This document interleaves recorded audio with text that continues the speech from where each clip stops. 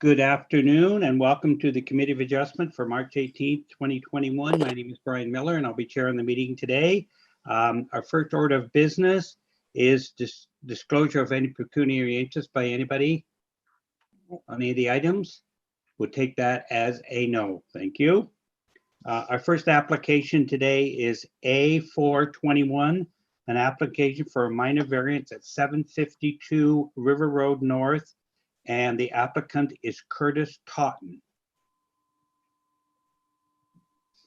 So I understand that Mr. Totten is not with us. Does the committee have any questions or concerns today about this application? No. No? Okay. Having none, then motion by Carol, seconded by Glenn. All in favor of approving? Thank you. Okay, our next application is A721, another minor variance, 385 Scuttle Hole Road in Plainfield. The applicant is Terrence and Deborah Short. And I do believe that Deborah Short may be with us today. He is. I will bring her to the meeting.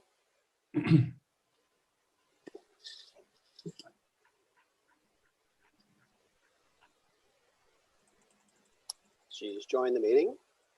In a minute there, yeah. She's still on mute.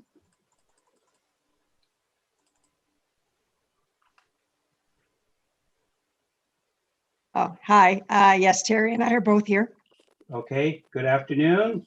Good afternoon. So what we're looking at here is a minor variance to do with and I just got to get my note here. You're reducing the side yard from 2.44 to 1.0, is that correct? That's correct. Okay, and what is being added to the property? Anything? Yeah, at the side, there will be a new garage and a workshop, personal use workshop. Okay. Any questions for Ms. Short? I had one, and I'm going through the comments here from Planner Deming, where he's, and again, I just wanted to maybe get a clarification here, because in the documents that were submitted, it looks like there's an existing distance between the two properties that are noticed on the plan. I think Planner Deming is referring to something that is on the, forgive me if I get it wrong, on the southwest side, and the distance between those two buildings being 4 feet. Can some is that the case, Debbie, or I just wanted to get some clarification, because from what I looked at, I didn't see, I still saw that there was 12 feet between the existing building and the property line that was immediately to the southwest there. So Yeah, in the southwest, the neighbor has I would call it like a wood shed. Yeah, just a wood shed type of structure that would be on the basically on the property line. Through the chair to Mr. Chan, would there have been a permit issued for that? I didn't believe that unless it came before the Committee of Adjustment, you could build anything right on the property line to another one. So through the chair to Mr. Manderson, there seems to be an existing detached accessory building in the front yard of the neighboring lot. It has a setback of 1 meter. Whether or not that building has relief to be there, that's a separate question. But it is a detached building, so that would be a setback from a garage to a garage or a shed. But the existing setback from the house is still much larger and what is indicated as 12 feet. Okay, that was the only concern I had, just based on what Planner Deming had put there, because he made it the way that I had read it. It said just 4 feet between the houses, but that doesn't appear to be correct. So thanks for clarifying. No. Thanks for clarifying. Any other questions for Ms. Short? And I don't think there's anyone else in the neighborhood that wishes to comment. Is that correct, Mark? I don't see any others associated with that application, no. Okay, thank you. Okay, Glenn, are you making a motion that, Certainly, I'll make a motion to approve. okay, and seconded by Robert? All in favor? Carried. Thank you. Thank you, Ms. Short. Thank you very much. Okay. Yeah, Okay, our next application is A821, and so for another minor variance, and that's at 42 Grass Boulevard. The applicant is John Stephenson, and I do believe that he or Nancy will be joining us. It's true, they'll be joining right now. And again, I think what we're doing is adding a building or garage to this existing building. And we're reducing the distance from 4.52 to 2.32, if I get my notes here. Is that correct, Andrew? Could you repeat those numbers, please? Where they're reducing the distance, the side distance from 4.52 to 2.32, is that correct? Yes, that's correct. If I may, I'd like to add, because of the awkward shape of the property, the lack of the actual technical frontage is actually measured in the way that is being shown in the PowerPoint, which will be shown soon. Yep. Okay. So it's actually not like the distance that it touches the road. It's a complicated measurement elaborated in the report. But the technical lot frontage is a lot larger than is allowable. But the request is to reduce that for to what has been indicated. Okay. And Nancy, okay, you got have any questions, comments? Oh, you're muted, I think. Hi. No, I don't. My husband would normally be here. He had a work emergency, had to take a coworker to the hospital, so Okay, I'm it.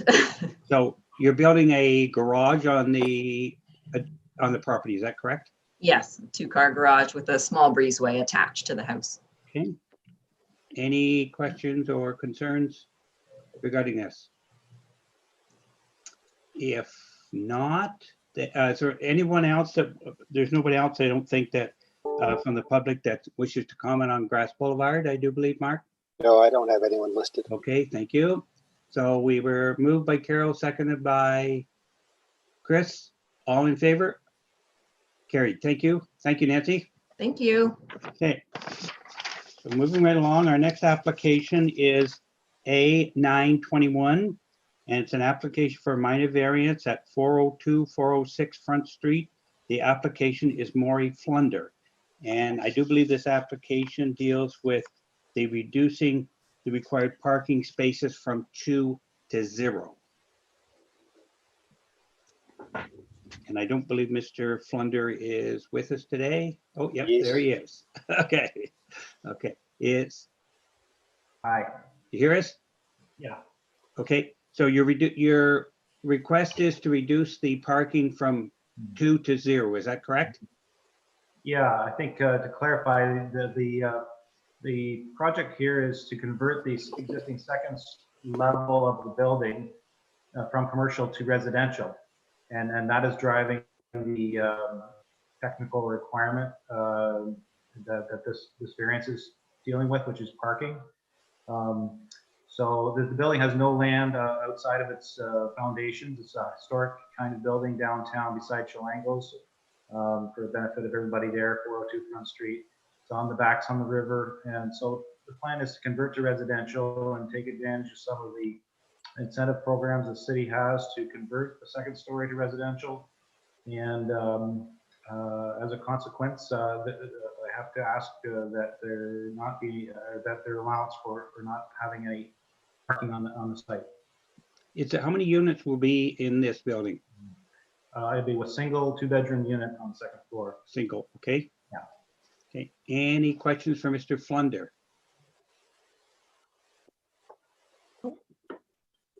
Comments? There's a lot of places in downtown that people are living and they don't have vehicles. So this is probably not something that is that uncommon to not have parking. I know in some of the bigger cities, they don't have parking spots. You have to go buy one or find one somewhere. So Yeah, I've acquired parking rental space on neighboring properties on a private basis. So if I do have a tenant that needs a parking spot, I have 2 different options for them.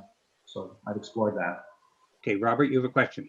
Yeah, that's good that Maury mentioned that he's got private parking, but there's a municipal lot there. Is that not available for parking if someone were to get a pass from the city? Andrew, maybe- Go ahead. Sorry, Ed. Go ahead. Andrew wants to say something. You're on mute. As I understand, most if not all of the municipal parking lots are actually, they don't permit overnight parking. Those would have to be handled directly by the clerk's department. I know that I think the courthouse has some sort of agreement with the clerk's department, but in this case there is none. If I may, I'd like to add that in the current zoning, it does permit the residential dwelling unit above the commercial ground floor commercial use. Normally, the parking is exempt for a certain number of floor area for the commercial use. But in this case, a residential use is not a commercial use. The difference in parking is net fairly small in terms of what was it as an office as compared to the 1.25 parking spaces for one dwelling unit. Question for Andrew, maybe. Is it possible that Mr. Flunder could make arrangements with the city and get permission for parking in the municipal lot overnight? Is that something that is an option that's open to him?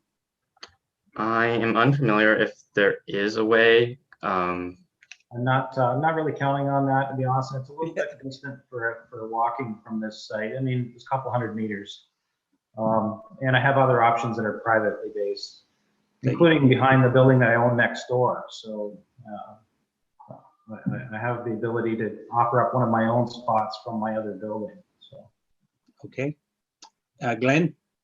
Yeah, Mr. Chair, I know that in other municipalities that there is the ability for municipal parking spots to kind of be rented on an overnight basis or rented by people who are living in urban areas. And through the chair to Councillor Sandison, I don't know if this is something that you may want to bring up at council, or if it's something that the committee may want to send a letter to the appropriate department, maybe even the clerk's office. This has come before this committee before, and if there are a large number of municipal lot spots that are not occupied overnight, I wonder if maybe the city should develop a policy whereby those who do own apartments, or who, you know, as part of this campaign to get more rental units in downtown, would maybe look at developing a policy to rent municipal spots, so that this is not a burden, a further burden from a parking perspective to people developing those properties and to encouraging more people to live in the downtown area. So I wanted to put that forward to the committee for discussion, just not to take up Mr. Flunder's time, but I think it's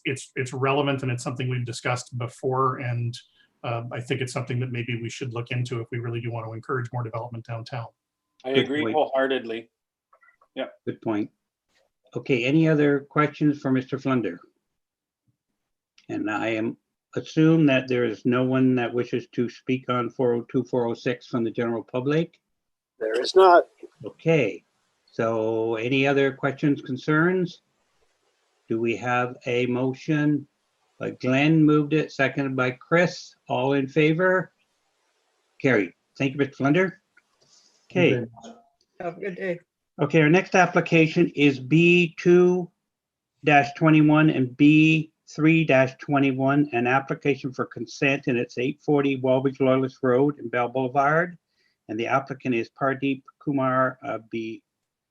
Opal. I hope I got that right. And the agent is Mr. Watson. Is Mr. Watson going to be with us today, Mark? Jennifer is. Okay. Yep. Hi, I'm here to answer any questions if anybody has any. Basically, what we're applying for is a servicing easement from Walbridge Loyalist Road into this lot where there'll be an eating establishment proposed. And then as part of the site plan, the parking for the employees is at the back of this existing lot. So that's why we need the easement for the parking for staff to go over onto the hotel property. So it's two applications together. Okay. So this is going to be developed into some kind of English eating establishment, I understand. Yeah, and right now, while the sketch is up there, actually, I'll refer to it. You can see in the center of the green along Walbridge Loyalist Road, it says Part 5 existing sewer easement with some arrows. It must have been when this was originally built, they put the sewer easement over most of the property. So now the application that we have at this committee today is to reduce it to where the actual sewer has been built. Okay. Anyone have any questions? Well, just the title on the chart is incorrect. I was going to say, why do we have Casey Road up top? To the committee, my apologies about the address. Okay. We'll ignore that. We know where it is anyway. Okay. Any other questions, concerns regarding this easement on Walbridge and Bell Boulevard, not Casey Road? Okay, Carol, you Make the motion. make the motion there, seconded by Bill. All in favor? The easement. Thank you very much. Thank you, Jennifer. Thank you. Okay, moving right along, our next item of business is confirmation of the minutes of February the 18th. I'll move the minutes. By Chris, seconded by Robert. All in favor? Thank you. We do have another item under correspondence, and I'll let Andrew explain exactly what is happening with this one. Yeah, so we I believe it is file B 3418, and the agent has requested a change in the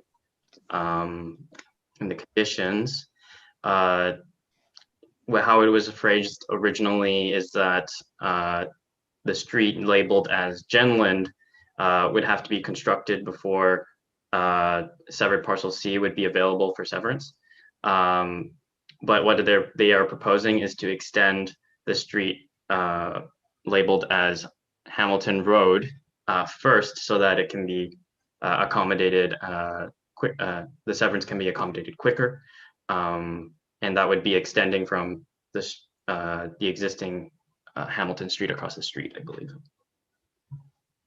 So it's not just a change in the wording of the name. It's actually proposing that the road to be built. Is that correct? Yeah, it's just a change in which street is going to be constructed first. Okay. Or next, more like, I forget. I'm actually not too completely familiar with everything that's happening with this one. Okay. Does anyone have any questions, or there's no development on this property at the moment? This is so that the development can go ahead, correct? Yep. That's correct. Okay. Any other questions, concerns? And there's no one here from Genland or whoever owns this property at the moment. Not. Okay. Do we have any more questions, concerns, or Carol, you are moving? Yep. And seconded by Chris. All in favor? Thank you. Approved. Okay, that winds up that part. Any other businesses? Anyone have any concerns? No. Glenn? But just further to what I had mentioned when Mr. Flunder was here, Mr. Chair, I was wondering if there was maybe a way that the committee could prepare a communication to go to either the clerk or to City Council to recommend that the city pursue investigating taking some of the municipal parking spots that are located in downtown Belleville and possibly freeing them up so that residents or people who wish to live downtown can rent them from the city. I'm not sure what the exact way to word this is or put it together. I'm not familiar with it. Councillor Sanderson may want to weigh in on this, but if the committee is in agreement that this is something that we may want to encourage to help support the city's initiatives to build more second dwellings, build more units, and help solve the housing crisis that we have in Belleville. I think this committee can maybe lend a hand to that by letting them know that there's a potential issue downtown that could be solved with developing a policy for overnight parking at the municipal lots. So just to clarify too, if I can add, that would remove people from the need to apply to the committee then for such consideration, because now we can offer parking. Is that what you're suggesting? Or would That there could still be, that that could be part, requirement? through the chair to Mr. Grandonk. Yeah, that would be part of it. It is that there would then be another avenue. Mr. Flunder, in his case, had some other private property that he could offer as parking. But if someone just owns a building that's landlocked like that you can't put a parking spot on, that's going to discourage development, because how do you go out and buy another piece of land and do that? Whereas if you go to the city and say, oh, and by the way, I've secured 2 spots that can be rented, or I will pay the rental for on a pass through for the rental units, et cetera, et cetera. I just think that helps. It may still have to come before the committee, but at least and here's the solution for it. Okay, Bill, do you have a comment? Yeah, so through the chair to Glenn and the rest of the team. So I think the best way to handle it, so it's a new request to me. I haven't heard it before, but on the surface, it certainly sounds like a reasonable thing if we are able to do it. And so it really comes down to overnight parking. And I think Andrew mentioned that that isn't something that's currently done. So that said, I think the best way to get this in front of people is to forward the request from this committee through the minutes to the Transportation Committee. And I sit on the Transportation Committee. Councillor Thompson is the chair, and Deputy Clerk Christine Stewart is the admin for that committee. So I think that's the starting point to get the discussion going, get the investigation done, and then have that come back as a report to the Transportation Committee, and then either to council if it's positive, and if it turns out it happens to be negative, then back to this committee. Yeah. So I think that's the best way to do it. My thought is that maybe I can meet with Greg or talk to Greg and see how we can, since he is part of the committee here, to send it off to the Transportation Committee. And it might be that we can put something together and bring it back to the committee before we send it off to the Transportation Committee, just to refer to a general interest rather than, have a final thing. But we can certainly talk to Greg and see which is the best way to go and put something together for us to look at. Sure, if that works, Brian, that would be good too. Yeah, I think that's a good place to start. Does anybody have any other thoughts? No, Mr. Chair, I'll just add, I'll send you, I can send you and the other committee members an email, just kind of putting on paper my general thoughts about what I think could be in this letter. Sure. You can maybe all contribute to that, and then that's what you can sit down and discuss with Mr. Pynchon, and we can go from there. Yeah, that sounds like a great idea. Okay. Any Any other questions, comments on that? Okay. If there's no other business, then our next meeting is Thursday, April the 15th at 3:30. And will anybody going to be away that we know of at this point? No? Okay. If there is nothing further, an adjournment. We'll move to Chris? adjourn. Robert? Yep. Thank you. And that concludes our meeting for today. Thank you very much, and we'll see you all next month.